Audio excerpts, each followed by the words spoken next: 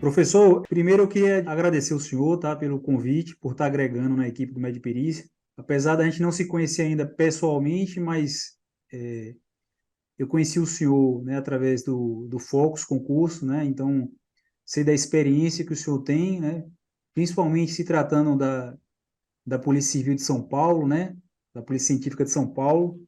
Estou muito feliz, né, do Medperícia, né, ter aceitado minha indicação, de poder estar contando com o senhor. Tenho certeza que o senhor vai ser decisivo e fundamental no planejamento estratégico do Medperícia, que é realmente aprovar os alunos nesse concurso de São Paulo agora, na quase totalidade das vagas aí, tá bom? Muito obrigado, seja bem-vindo. E eu queria que o senhor se apresentasse, né, para os alunos, falasse um pouquinho da sua experiência nesse mundo de concurso aí, principalmente para essa área aí, né, da polícia científica, né? Porque daqui a pouco eu vou começar a fazer umas perguntas para o senhor, são perguntas dos nossos seguidores alunos, tá bom? Então, eu quem agradeço pelo convite, espero poder corresponder às expectativas da equipe, né? Estou me dedicando aqui já com bastante garra, fazendo material que eu tenho certeza que os nossos alunos terão um material de excelência, né? De extrema qualidade, até pelos trabalhos que eu realizo em outras áreas, né? Eu comento questões, e aí a gente consegue estabelecer, por exemplo, o que cai na prova, o Perfeito. perfil da banca, e isso provavelmente vai ser um diferencial aqui para o nosso curso. Perfeito. Já que o senhor antecipou aí, né, falou em banca, né, para esse concurso que está iminente aí, né, para a Polícia Científica de São Paulo, inclusive eu acompanhei nas redes sociais aí o delegado responsável pelo certame, ele disse que até o dia 31 de julho o edital sai, né? Previsão aí de 116 vagas para o cargo de médico legista. E aí eu queria que o senhor falasse um pouquinho dessa banca aí que foi anunciada aí, que é a VUNESP, né? A Vunesp, ela é a banca normalmente escolhida nos concursos para a segurança pública no estado de São Paulo. Não só para o cargo de médico legista, mas para peritos, para delegados, investigadores, enfim. Todos os concursos de segurança pública no estado de São Paulo, eles são realizados já há vários anos pela Vunesp. É Perfeito. uma banca que eu gosto, particularmente eu gosto do estilo dela. As questões têm um padrão já bem conhecido, né, para quem acompanha. Então, por exemplo, química, medicina legal, criminologia, criminalística, que são as disciplinas com as quais eu trabalho, a gente já consegue saber o que a banca pede. Não é uma banca assim com surpresinhas, com Perfeito. muita novidade. Então, o aluno que ele tiver um bom curso preparatório, ele tem tudo para gabaritar a prova e ter um excelente resultado. Perfeito, professor. Tenho percebido, né, que as bancas, antes de fazer essa pergunta ao senhor, eu vou falar um pouco da minha história para o senhor, né? Eu me formei aqui aproximadamente 15 anos atrás e já na graduação, né, comecei a me interessar muito por concurso, né? Atualmente eu ocupo o cargo de perito médico federal junto ao INSS e sou anestesista do Exército, né? Só que antes de chegar onde eu estou hoje, eu passei em aprovações, né, do Banco do Brasil, Tribunal de Justiça da Bahia, Polícia Rodoviária Federal, enfim. Passei também, né, pela Polícia Civil, por aprovação no concurso da Polícia Civil da Bahia. E no tocante, né, a esse cargo, né, esses cargos da Polícia Científica, né, principalmente, né, o cargo de médico legista ali, eu tenho percebido que, né, tem uma matéria específica, aliás, um conjunto de matérias ali que o aluno ele tem que chegar muito bem, né? Porque geralmente é o peso maior da prova, né? Que seria medicina legal, direito penal, criminalística, processo penal, né? Inclusive, né, num concurso recente agora da Perícia Sergipe, a questão discursiva, né, da prova de médico legista foi uma questão abordando cadeia de custódia, né? Então tem se exigido mais do candidato ali do médico, né? Queria que o senhor falasse um pouco sobre isso aí. Então, nós temos aí no edital as disciplinas que têm um peso maior, mas eu sempre, e essas, né, sem dúvida alguma, o, desculpa, eu até fugi um pouquinho, mas eu vejo assim, no concurso, nós temos os concorrentes e nós temos os candidatos. Candidato é aquele cara que às vezes não está se preparando adequadamente, ou ele está pulando em tudo quanto é galho, tentando passar em um concurso público. Não estou dizendo nem que ele esteja errado, né? Ele está buscando o melhor para ele. Mas esse cara acaba muitas vezes perdendo o foco de um concurso em específico. O concorrente é aquele cara que se prepara mesmo, aquele que está brigando pelas vagas, né? Aquele que quer o seu cantinho dentro das vagas do concurso. Então, eu digo que as disciplinas que têm um peso maior, ou às vezes não tem essa diferenciação em editais, mas tem a quantidade de questões, geralmente são as chamadas de específicas, ele deve vir ali muito bem preparado, porque é briga de cachorro louco, né? Tem muita questão, tem muito candidato e poucas vagas.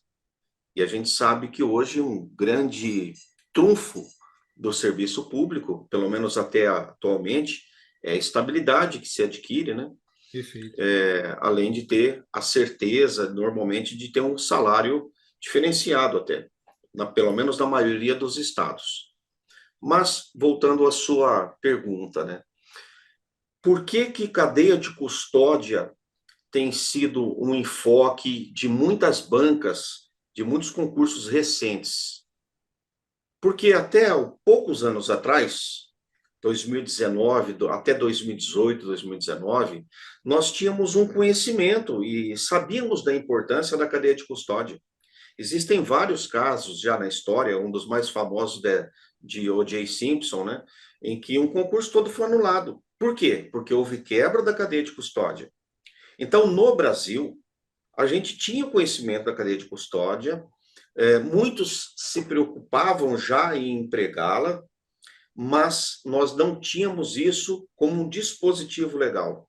E nós passamos a ter aí, 2019, cadeia de custódia já constando no Código de Processo Penal, com todas as suas normas, com todos os procedimentos. Então, ela passou a ter, vamos dizer assim, uma previsão legal e mais importante do que isso. Normalmente a gente diz que o laudo pericial, seja ele do legista ou seja ele do perito criminal, é uma das provas mais contundentes que se tem. Normalmente, e olha, existem situações em que a prova pericial, ou seja, o laudo, ele em algumas situações ele é a única prova em um delito, né? E isso é muito importante porque ela pode inocentar quem realmente é inocente e Perfeito. condenar quem é culpado. Perfeito. E o que acaba acontecendo é que hoje nós temos a figura, né, recente, com mais atuação, do tal do assistente técnico, que a gente sabe aqui que muitos deles são até ex-peritos, aposentados, por exemplo, que vão buscar, não é uma falha na execução do levantamento do local do crime ou da conduta do perito, ele vai buscar uma falha legal. O que seria isso? A principal falha que se pode ter, cadeia de custódia. Perfeito. Ou uma falha de documentação, ou uma falha de conduta do perito, ou alguma possibilidade de arguir sobre algum passo, alguma etapa que faltou, alguma rubrica, alguma coisa desse tipo. Então, a busca não é mais saber se o cara é inocente ou não. A culpa é saber se tem uma falha do processo como um todo. E a cadeia de custódia é pegar um dado vestígio que ele vai passar desde o reconhecimento do local do crime, né, do delito, até o exame final, até a entrega, por exemplo, às vezes, para uma contraprova. E são muitas pessoas envolvidas, e quanto mais pessoas envolvidas nessas diferentes etapas, porque normalmente são várias as etapas, maior a probabilidade de alguém ter feito algo incorreto ou alguma coisa fora do padrão, fora da lei, que seria hoje o que está previsto no Código de Processo Penal. Então, essa é a importância da cadeia de custódia. Perfeito. Perfeito, professor. Professor, o senhor é perito criminal, na Polícia Civil de São Paulo há quanto tempo? Eu sou perito recente, vamos dizer assim. Eu descobri o mundo dos concursos públicos. Não tem nenhuma década, porque eu sempre fui professor. de concurso, de pré-vestibulares, Maravilha. depois universitário, e aí, numa situação, por volta de 2010, 2011, eu comecei a escrever material didático para um cursinho aqui, eu fiz todo o material de química, na época eu era professor de química, do curso de farmácia, também de farmacologia, mas eu escrevi para esse cursinho que eu era professor, a disciplina de química. E aí eu comecei a ter contato com um site que havia me procurado para fazer um material de raciocínio lógico. Olha aí. Eu apresentei o meu material de química e eles falaram assim, a gente precisa de um professor de raciocínio lógico. E eu falei assim, precisava. Eu não sei se eu posso citar nome aqui, posso citar nome de Pode sim. empresas? Então, e aí foi meu primeiro trabalho, foi para um site, para uma editora que fazia material para o PCI concursos. Então eu comecei com raciocínio lógico e logo de imediato passei para química e aí eu já comecei a me ver escrevendo medicina legal, escrevendo criminologia Maravilha. e, e aí eu pensei, cara, estou escrevendo um Graças monte a de... Deus, né? Eu falei, estou escrevendo um monte de disciplinas e eu trabalhava na faculdade nessa época com alguns colegas, principalmente, e eu nem sabia no momento, né, que o meu coordenador no curso de farmácia era o diretor do Instituto de Criminalística. Eu não sabia. E tinha dois colegas que eram professores de toxicologia, que eles eram peritos aqui. E os caras falaram assim, cara, você tem mestrado, você tem doutorado, você trabalha com tanta coisa, por que você não presta o concurso? E aí eu virei um professor, né, ou seja, escritor de material, e concurseiro. E tive a felicidade de ser aprovado no concurso de perito no estado de São Paulo. Então, minha Maravilha. vida começou assim, em concurso público, começou tardiamente, mas assim, também extremamente De uma forma produtiva, intensa, né? muito intensa. Passei por Mas, alguns sites também bem considerados no país, né? Bem famosos no país. E assim, maravilha. aquela coisa louca, né? Sendo perito, coordenava cursos em alguns materiais que eu fazia. E assim, hoje eu sou perito já há 7 anos aqui na minha cidade. Maravilha. Professor, eu realmente eu fiquei surpreso com a quantidade de vagas desse concurso, né, que está previsto aí para o edital ser publicado nos próximos dias e próximas semanas, até porque houve um concurso semelhante no ano passado, né? E Isso. aí eu queria que o senhor falasse um pouquinho sobre isso, né? Sobre essa quantidade enorme aí de cargos vagos, da estrutura da Polícia Científica Civil de São Paulo, né? Enfim, você acha que essas vagas previstas aí vão ser mais para a capital, para o interior, né? Regime de trabalho que o senhor, né, tem presenciado aí? Eu vi recentemente também que o governador sancionou a lei de aumento, né? Para salarial aí para a Polícia Civil, e eu acho que isso valoriza ainda mais essa instituição que é importante aí, né, para e tem uma relevância social muito grande para a sociedade. Eu queria que o senhor falasse um pouquinho sobre isso aí para a gente. Vamos começar pelo concurso. Eu até fiquei surpreso de ter um novo concurso, porque nós tivemos há pouco tempo. E Foi. eu não esperava que tivesse novamente vaga para médico legista, né? É, mas acontece que com essa mudança de legislação de aposentadoria, vários peritos, sejam eles legistas ou peritos criminais, eles sentiram assim um certo medo de perder possibilidade de aposentadoria com salário integral, enfim, vários aspectos, e eles optaram, muitos entraram com pedido De de aposentadoria. aposentadoria. Entendi. Então, além do Muito fato cargo vago, né? sim, além do fato de que um perito ou outro acaba saindo, né? Ou qualquer cara da área de segurança pública, vou generalizar aqui, eles acabam saindo no decorrer do exercício, ou por questões pessoais, ou questões familiares, que nem aconteceu aqui com um amigo, a esposa foi trabalhar em outro estado e ele acabou não conseguindo migrar porque ele era estadual. Então ele acabou pedindo exoneração e acaba abrindo, claro, né, nessa vaga. Então, para mim, eu até não esperava para médico legista tão cedo, né? Esperava que tivesse alguma coisinha para perito, mas principalmente para escrivão e investigadores, que nós tivemos aí um concurso grande também recentemente. Mas o que a gente sabe é que existem os levantamentos do sindicato, e que existe a cobrança para que todas as vagas sejam ocupadas. E por incrível que pareça, mesmo tendo aí nos últimos anos sendo chamados cerca de 500 peritos criminais, por exemplo, mais uns 300 médico-legistas, ainda nós temos vagas, né, em aberto, nós temos os claros, né, que a gente chama, hein? E a cobrança, porque a demanda em algumas unidades, para que o nosso aluno entenda. Vamos pegar aqui especificamente o estado de São Paulo. Nós temos os núcleos, então vamos entender a estrutura. Nós temos a superintendência, que é em São Paulo, e ali nós temos os principais núcleos, né, em termos de estrutura, até pelo aporte financeiro que eles receberam, até porque foram regiões precursoras. Se iniciou na capital para depois se expandir para o interior. Então, nós temos a superintendência, e nas cidades do interior, nós temos em grandes cidades o que nós chamamos de núcleos.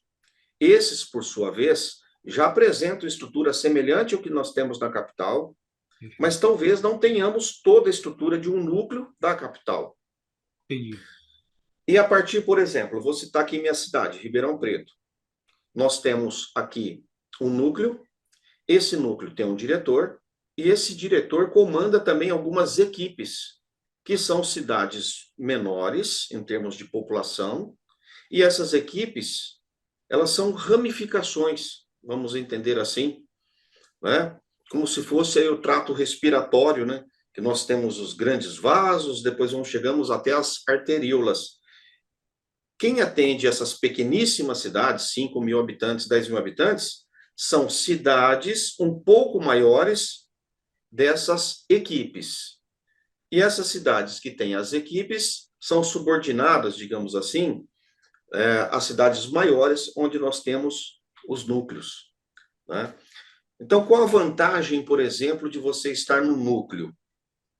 A vantagem de você estar no núcleo é que ele tem estratificações, digamos assim. Por exemplo, existe a equipe dentro do núcleo de balística, existe a equipe de grafo, de documentoscopia, de audiovisual, de vistoria veicular, existe a equipe de identificação veicular.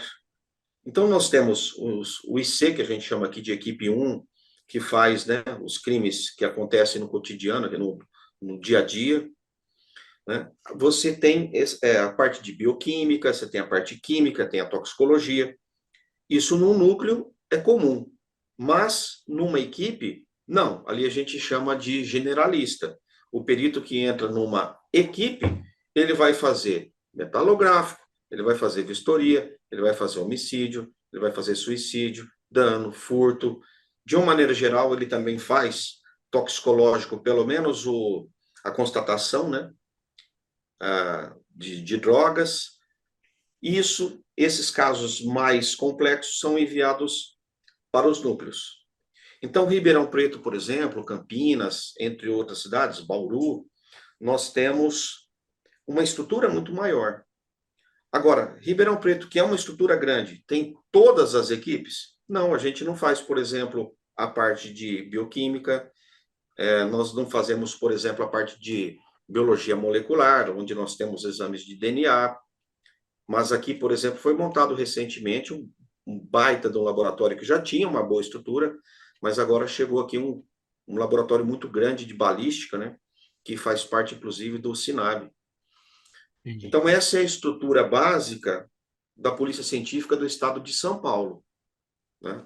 Eu não conheço a realidade de todos os estados. Quanto ao aumento, o aumento já foi publicado, inclusive, no Diário Oficial essa semana. Ele gira aí em volta de... depende um pouco do cargo, e até um negócio que foi legal, que foi bacana, que é assim, vamos pegar médico legista, primeira classe, segunda classe, terceira classe, classe especial. Quem ganha mais? O maior salário é classe especial. Depois é primeira, depois segunda, terceira classe. Terceira classe, só para que o concursando entenda, é a classe de acesso. Quando ele for nomeado, ele já vai entrar na terceira classe. Então, quem entrou na terceira classe vai ter um aumento percentual maior. Quem está na primeira classe, menor. E na classe especial, menor ainda. Mas é um aumento aí que eu julgo considerável. Até, na verdade, alguns colegas falam que não é aumento, né? Que é uma reposição. Porque nós ficamos uns 7, 8 anos sem ter um reajuste compatível, sequer com reposição inflacionária.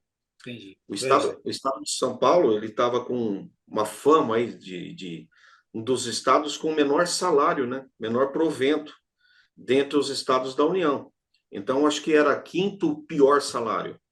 Agora, com esse aumento, eu não sei se todos têm a noção, está girando aí por volta de 20% até 30%. Belo Né? aumento, né? É um Mais um belo, fator motivacional para os alunos aí. sim, sim, o salário realmente é, vai chegar a um nível que não está entre os 10 primeiros, eu acredito, mas não vai abandonar aquelas últimas posições do Estado, né, do país, né, da Maravilha. federação.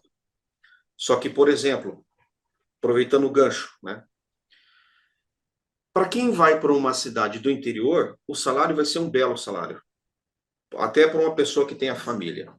Quem vai para a capital é um bom salário. Então, o aluno também, quando ele for prestar, eu não sei se esse concurso, né? Aí voltando um pouquinho na sua uma das suas perguntas iniciais, a gente não sabe ainda se esse concurso vai ser regionalizado como os últimos. Então, qual a vantagem de ser regionalizado? Você escolhe a cidade ou a região que você quer trabalhar. Já Para na hora da mim, inscrição, né? no momento da inscrição, você vai ter que optar, se ele for regionalizado, para onde você quer, né? Para que região você quer concorrer às vagas. Então, por exemplo, para mim foi muito bom, porque eu não gostaria de ter sido nomeado para uma cidade longe de onde eu moro. Eu fui nomeado justamente para a cidade que eu moro, porque na Cadepol, aí a história muda de conversa quando é regional, né? Perfeito. Você vai ter todas as provas, as notas da Cadepol serão usadas para que se tenha uma nova classificação. E aí eu digo nova porque quando você faz o concurso, você tem a prova e depois a prova com a pontuação de titulação. Você tem um posicionamento, um ranqueamento para ser nomeado ou não, ficar dentro das vagas ou não. Mas, depois que você vai para o curso da Cadepol, e aqui em São Paulo, para quem não sabe, entrou, foi nomeado, você já recebe o salário integral. Integral. Você está como estudante, né? A gente fala perito aluno na Cadepol, e nesses meses de academia de polícia, você já recebe o salário. Isso já conta com o seu tempo de serviço. Não tem Perfeito. essa diferenciação. Ô, professor, por falar em Acadepol aí, geralmente o curso de formação aí, qual a duração do curso de formação? São quantos? Porque assim, Olha, só para esclarecer para o aluno, porque assim, veja, o meio de perícia, né, o método legista 4.0 é direcionado para que ele gabarite a prova, para que ele entre, né, para que ele seja aprovado, mas a formação, né, em perito, né, legista ali, né, perito criminal ali, que também vai ser feita no curso de formação ministrado pela Polícia Civil. Esse curso geralmente dura quanto tempo?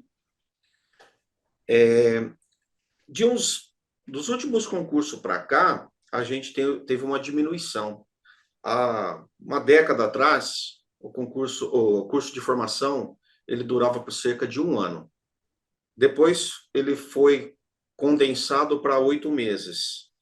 E atualmente, na faixa de 6 meses, por aí. Normalmente, você tem aulas começando das 7 da manhã até meio-dia e meia, voltando 1h30 até 5h30, 6 da tarde.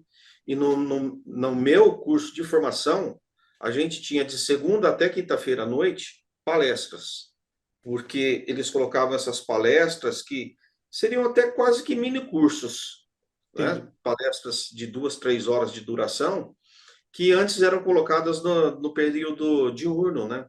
E isso acaba aumentando a duração do curso, do curso de formação, no caso. Maravilha. E aí, já no primeiro mês ali, o aluno recebe um salário de como Salário é? integral, Salário integral. Maravilha. Maravilha. integral. Existem situações da Cadepol, né, que em São Paulo, que alguns tinham acesso, inclusive, a alojamentos. Então, quem era de fora, por exemplo, tinha essa dificuldade, pelo menos no primeiro mês, né, porque o cara não recebe o primeiro salário no primeiro mês. Leva aí uns 30, 40 dias para que ele comece a receber, mas recebe já retroativo. No Perfeito. meu caso, foi retroativo. Então, tem ali os alojamentos, você tem uma estrutura bem grande ao redor da própria Cadepol, com vários hotéis, pensionatos, que já são direcionados para esse pessoal que vem de fora, né? Pô, Como praticamente todo mundo veio de fora, né? Quase todo mundo que estava em São Paulo. Eu fiz a Cadepol com cerca de 1.300, 1.400 pessoas, maravilha. em diversos cargos, né? Inclusive os colegas legistas, né? Que bom. Professor, já caminhando para o final aqui desse bate-papo, dessa live, eu queria agradecer o senhor, tá?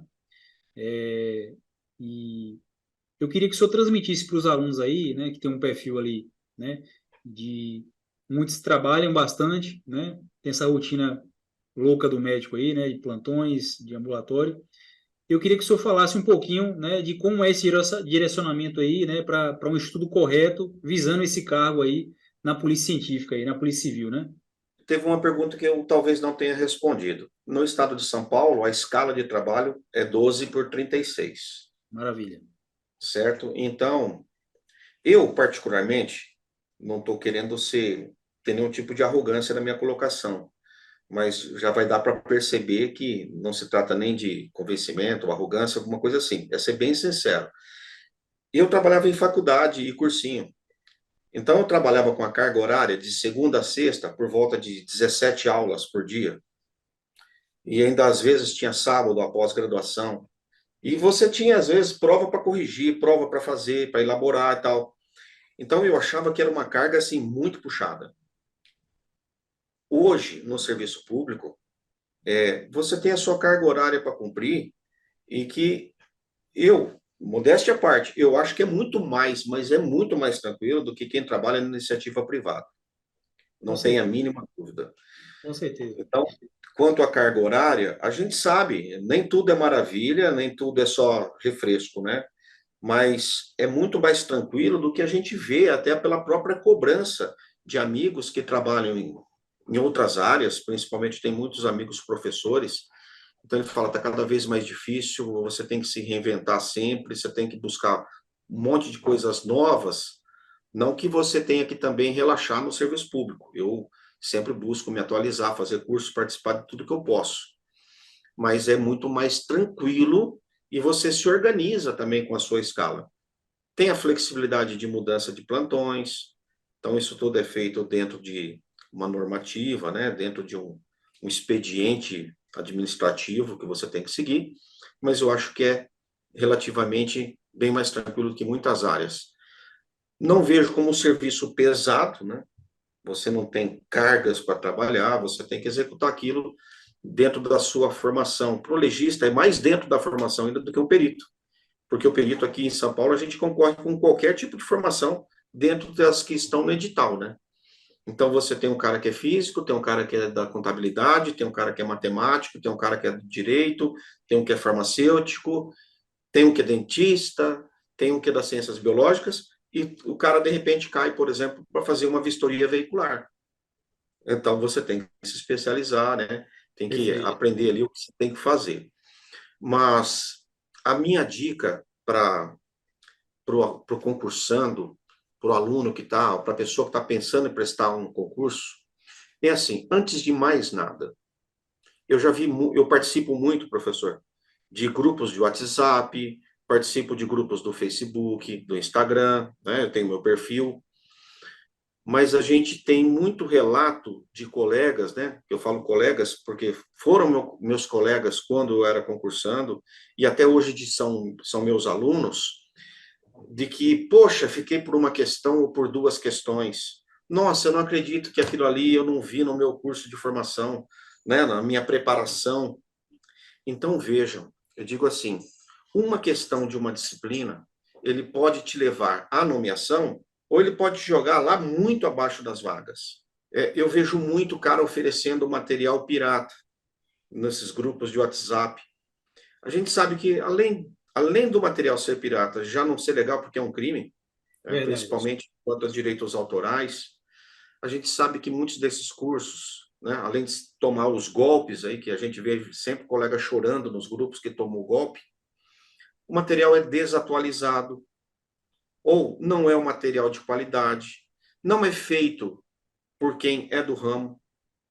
Então, a gente encontra muitas apostilas, muitos materiais, que é o que a gente chama de um catadão da internet. É muito importante que você tenha um material de excelência. Para mim, essa é o primeiro Perfeito, aspecto. perfeito. Por quê? Se você tem um material que é feito por quem trabalha com concurso, para quem é da área, para quem é do ramo, uma empresa séria, um grupo que está bem ali homogêneo, você tem, a meu ver, 70% a 80% de chance de ser aprovado, porque os outros 30% ou 20% vão ficar da sua dedicação. Exatamente. Concurso público tem muito disso, né? De você nem sempre ser o cara mais inteligente, mas você ser o cara mais bem direcionado para fazer uma prova. E aí, meu amigo, conteúdo você tem que estudar. Só que quando você tem um material que é objetivo, né? Que não é trazer 800 páginas, que aí para mim é prolixo. Tem cara que Perfeito, fala assim, professor, eu vou estudar para um livro. Falei, você vai perder tempo, cara. Um livro tem tudo que pode cair na prova, mas ele é tão amplo, que ele foge, às vezes, do que a banca pede. E a gente que acompanha, né, professor, a gente vem acompanhando o concurso, a gente fala assim, tal banca pede uma questão com esse tipo de texto.